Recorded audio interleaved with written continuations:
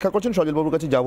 Doctor সজল বিশ্বাস আমার সঙ্গে রয়েছেন, চিকিৎসক। সজলবাবু, একটু আগে জয় চক্রবর্তীও বলেছেন, হিন্দুজা হসপিটালের সিইও, এবং তিনি একজন অভিভাবকও বটে, তার সন্তানও পরীক্ষা দিয়েছে এবার নিটে। আমার প্রশ্ন সজলবাবু আপনাদের দুজনের কাছে, আমি যেভাবে জয়বাবুকে প্রশ্ন করেছেন আপনাকেও করব একজন চিকিৎসক হিসেবে, এবং আপনিও অনেকেরই যারা এবার পরীক্ষা দিয়েছে তাদের প্রায় অভিভাবক তুল্য যারা নিট পরীক্ষার্থী, সেই জায়গা থেকে আমার প্রশ্ন ছিল যে এই ব্যবস্থাটার উপর আস্থা থাকবে কি করে? রাজনীতির অনেক কচলাকচলি হতে পারে, আদালত কাকে দায়িত্ব দেবে কাকে দেবে না, যদিও আদালতের উপরে এক্ষেত্রে সরকারের যে নির্ভরতা সেটা নিয়েও আমার কিছু প্রশ্ন আছে, ভালো দিক দিয়ে নিয়ে নয়, অন্য দিক দিয়ে আমি সেটা করবো পরে, কিন্তু সজলবাবু আস্থার জায়গাটা নিয়ে আমার প্রশ্ন। হ্যাঁ, একদমই। প্রথমত আস্থার কোশ্চেন, আস্থা তো অবশ্যই থাকবে না। সাধারণ ছাত্রছাত্রী থেকে শুরু করে সুশীল সমাজ, মানুষ, নাগরিক কারোরই আস্থাটা থাকার কথা নয়। যে ধরনের দুর্নীতির প্রশ্ন ইতিমধ্যেই উঠে আসছে, খুব সামান্যতম অংশ হয়তো এনকোয়ার্ড হয়েছে বিভিন্ন রাজ্যগুলোতে, যেটা আমরা মনে করি যে হিমশৈলের চূড়া মাত্র, জাস্ট কিছু কিছু অংশ কোথাও কোথাও দেখা যাচ্ছে। সেখানে যে ধরনের দুর্নীতির প্রশ্ন এখানে উঠে আসছে, এখানে শুধুমাত্র ওই একটা সেন্টারে যে গেস্ট মার্কস দেওয়া হয়েছে তাদেরকে আবার পরীক্ষা নেওয়া হবে, শুধু সেটার মধ্যেই সীমাবদ্ধ থাকার কথা নয়। কারণ এখানে কোশ্চেন লিক হয়ে যাওয়ার প্রশ্ন উঠেছে এবং তার প্রমাণও পাওয়া গেছে, এবং সেখানে যে কোশ্চেন লিকের পেছনে কত টাকা সেখানে ইনভেস্টমেন্ট হয়েছে সেগুলো জায়গা উঠে এসছে, কোশ্চেনের উত্তর লিখে দেওয়া হচ্ছে। নানান রকমের দুর্নীতির প্রশ্ন কিন্তু এখানে অলরেডি আমাদের সার্ফেসে এসে গেছে। বিভিন্ন রাজ্যের, বিহার থেকে শুরু করে নানান রাজ্যে আমাদের এইগুলো কিন্তু এসে গেছে। স্বাভাবিকভাবে এই ধরনের একটা পরীক্ষা, যেটা হচ্ছে ভবিষ্যতে ডাক্তার তৈরি করবে, যে ডাক্তারদের হাতে মানুষের জীবন মরণ নির্ভর করে, সেই ধরনের একটা পরীক্ষায় এইগুলোকে কিন্তু কোনোভাবেই কিন্তু একেবারেই সজলবাবুর অডিও যোগাযোগটা কোনো কারণে বিচ্ছিন্ন হলো, আমি আবার ওটা ঠিক হলে আবার হ্যাঁ শুনতে পাচ্ছি, প্লিজ বলুন, শুনতে পাচ্ছি, বলুন। হ্যাঁ, কোন দায়িত্বশীল সরকার যদি থাকে তাহলে তাদের প্রথম দায়িত্বই ছিল যে সংস্থা এনটি এর মধ্যে আবার অডিও যোগাযোগটা করেছে, এবং নিটের মতো পরীক্ষায় যেভাবে কেলেঙ্কারি হয়েছে এবং এই যে চলছে, যেটা এই প্রথম দায়িত্ব ছিল সেই সংস্থাটাকে আজকে এখানে সাসপেন্ড করা, তাদের কর্তা ব্যক্তি যারা রয়েছে তাদেরকে সাসপেন্ড করে এনকোয়ারি করা। তার মানে তারা শপথে বহাল রয়েছে, অথচ এনকোয়ারি হবে, সেটা কি করে এনকোয়ারি হতে পারে? এক্স্যাক্টলি সজলবাবু, আমি এই জায়গা থেকে এই সাধারণ মানুষের কাছে একটা প্রশ্ন রেখেছিলাম সজলবাবু, ঠিক এক্স্যাক্টলি এই জায়গাটা থেকে আমি আবার আসবো আপনার কাছে। এই জায়গাটা থেকে আমি সাধারণ মানুষের জন্য আজকে যে প্রশ্নটা রেখেছিলাম, আমি রোজকার একটা পোল কোশ্চেন রাখি, আপনাদেরকে আহ্বান জানাই যে আপনারা ফেসবুক, এক্স হ্যান্ডেল অথবা ইউটিউবে এসে ভোট করুন। আমি সেই প্রশ্নটা আজকেও আপনাদের জন্য রেখেছি, সেই প্রশ্নের উত্তর আমি এক্ষুনি আপনারা কে কিভাবে দিয়েছেন, কত শতাংশে দিয়েছেন, কোন দিকে মত দিয়েছেন দেখাচ্ছি না, কিন্তু প্রশ্নটা আমি রাখছি। আমার প্রশ্ন ছিল আজকে এনটি এর বদলে নতুন সংস্থা দরকার, যে সংস্থা এতখানি ফেল করে বসে আছে, সেই সংস্থাকে রেখে তার অধীনেই যদি আবারও পরীক্ষা নিতে হয়, সেই পরীক্ষা নিয়ে কি আবার মানুষের মনে প্রশ্ন থেকে যাবে না? একবার ফেল করে যাওয়া, এমন বিপুলভাবে ফেল করে যাওয়ার সংস্থাকে নিয়ে এই প্রশ্নের উত্তর আপনারা কিভাবে দিয়েছেন আমি নিশ্চিতভাবে দেখাবো। তার আগে আমি মণিশঙ্করবাবু আপনার কাছে আসছি, আমি তারপর জয়বাবুর ব্যাখ্যা করছেন সজলবাবুর কাছে যাব।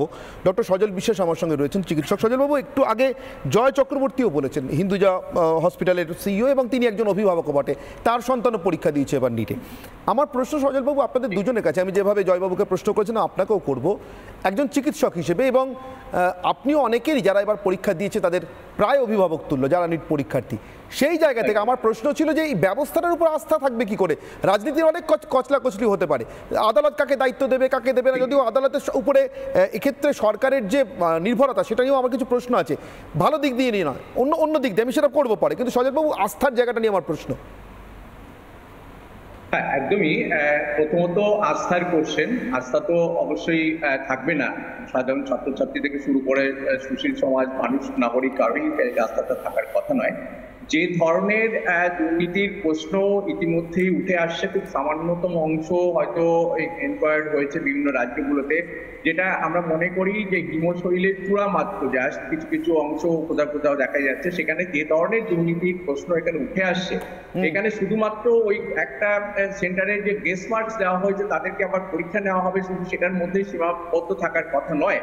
কারণ এখানে কোশ্চেন লিক হয়ে যাওয়ার প্রশ্ন উঠেছে এবং তার প্রমাণও প্রমাণও পাওয়া গেছে এবং ঠিক। সেখানে যে কোশ্চেন লিকের পেছনে কত টাকা সেখানে ইনভেস্টমেন্ট হয়েছে সেগুলো জায়গা উঠে এসছে, কোশ্চেনের উত্তর লিখে দেওয়া হচ্ছে, নানান রকমের দুর্নীতির প্রশ্ন কিন্তু এখানে অলরেডি আমাদের সার্ফেসে এসে গেছে। বিভিন্ন রাজ্যের, বিহার থেকে শুরু করে নানান রাজ্যে আমাদের এইগুলো কিন্তু এসে গেছে। ঠিক। স্বাভাবিকভাবে এই ধরনের একটা পরীক্ষা যেটা হচ্ছে ভবিষ্যতে ডাক্তার তৈরি করবে, যে ডাক্তারদের হাতে মানুষের জীবন মরণ নির্ভর করে, সেই ধরনের একটা পরীক্ষায় এইগুলোকে কিন্তু কোনোভাবেই কিন্তু একেবারেই সজল বাবুর অডিও যোগাযোগটা কোনো কারণে বিচ্ছিন্ন হলো। আমি আবার ওটা ঠিক হলে হ্যালো, আবার হ্যাঁ, হ্যাঁ শুনতে পাচ্ছি, প্লিজ বলুন, শুনতে পাচ্ছি, বলুন। হ্যাঁ, কোন দায়িত্বশীল সরকার যদি থাকে তাহলে তাদের প্রথম দায়িত্বই ছিল যে সংস্থা এনটিএর মধ্যে আবারও অডিও যোগাযোগটা বিচ্ছিন্ন করেছে এবং হ্যাঁ।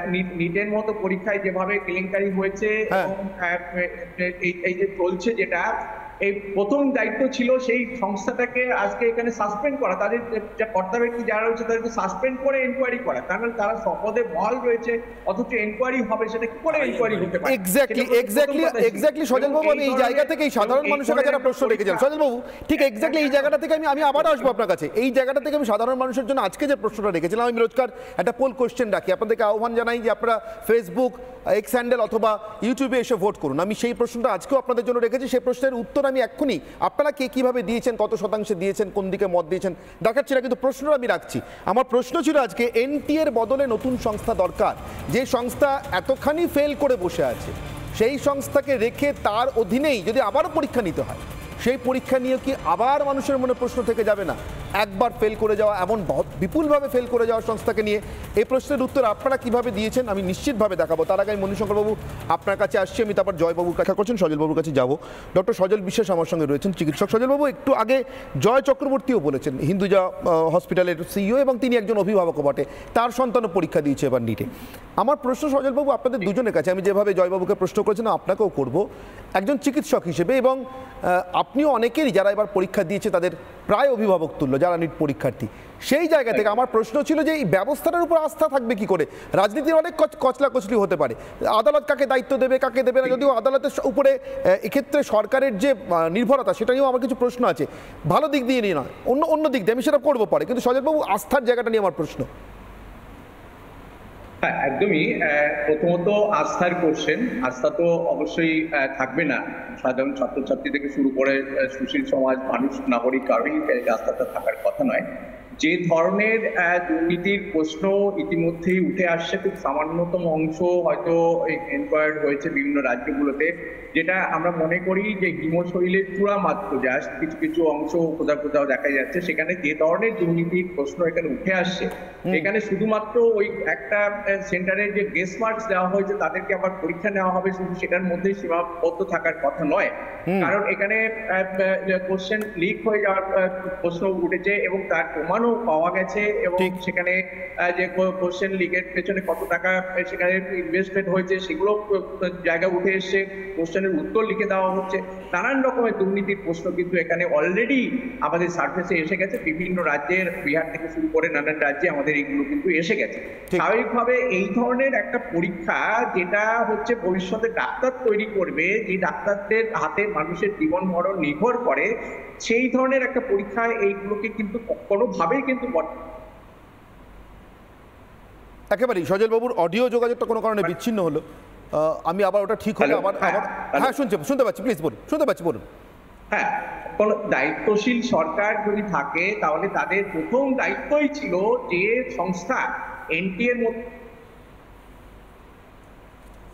আবারও অডিও যোগাযোগটা করেছে এবং নিটের মতো পরীক্ষায় যেভাবে কেলেঙ্কারি হয়েছে এবং এই যে চলছে যেটা, এই প্রথম দায়িত্ব ছিল সেই সংস্থাটাকে আজকে এখানে সাসপেন্ড করা, তাদের যা কর্তাব্যক্তি যারা রয়েছে তাদেরকে সাসপেন্ড করে এনকোয়ারি করা, কারণ তারা শপথে বহাল রয়েছে, অথচ এনকোয়ারি হবে সেটা কি করে এনকোয়ারি হতে পারে? এক্স্যাক্টলি সজলবাবু, আমি এই জায়গা থেকে এই সাধারণ মানুষের কাছে একটা প্রশ্ন রেখেছিলাম সজলবাবু, ঠিক এক্স্যাক্টলি এই জায়গাটা থেকে আমি আবার আসবো আপনার কাছে। এই জায়গাটা থেকে আমি সাধারণ মানুষের জন্য আজকে যে প্রশ্নটা রেখেছিলাম, আমি রোজকার একটা পোল কোশ্চেন রাখি, আপনাদেরকে আহ্বান জানাই যে আপনারা ফেসবুক, এক্স হ্যান্ডেল অথবা ইউটিউবে এসে ভোট করুন। আমি সেই প্রশ্নটা আজকেও আপনাদের জন্য রেখেছি, সেই প্রশ্নের উত্তর উত্তর আমি এক্ষুনি আপনারা কে কিভাবে দিয়েছেন, কত শতাংশে দিয়েছেন, কোন দিকে মত দিয়েছেন দেখাচ্ছি না, কিন্তু প্রশ্নটা আমি রাখছি। আমার প্রশ্ন ছিল আজকে এনটিএ এর বদলে নতুন সংস্থা দরকার, যে সংস্থা এতখানি ফেল করে বসে আছে সেই সংস্থাকে রেখে তার অধীনেই যদি আবারও পরীক্ষা নিতে হয়, সেই পরীক্ষা নিয়ে কি আবার মানুষের মনে প্রশ্ন থেকে যাবে না? একবার ফেল করে যাওয়া, এমন বিপুলভাবে ফেল করে যাওয়া সংস্থাকে নিয়ে এই প্রশ্নের উত্তর আপনারা কিভাবে দিয়েছেন আমি নিশ্চিতভাবে দেখাবো। তার আগে আমি মণিশঙ্কর বাবু আপনার কাছে আসছি, আমি তারপর জয়বাবুর কাছে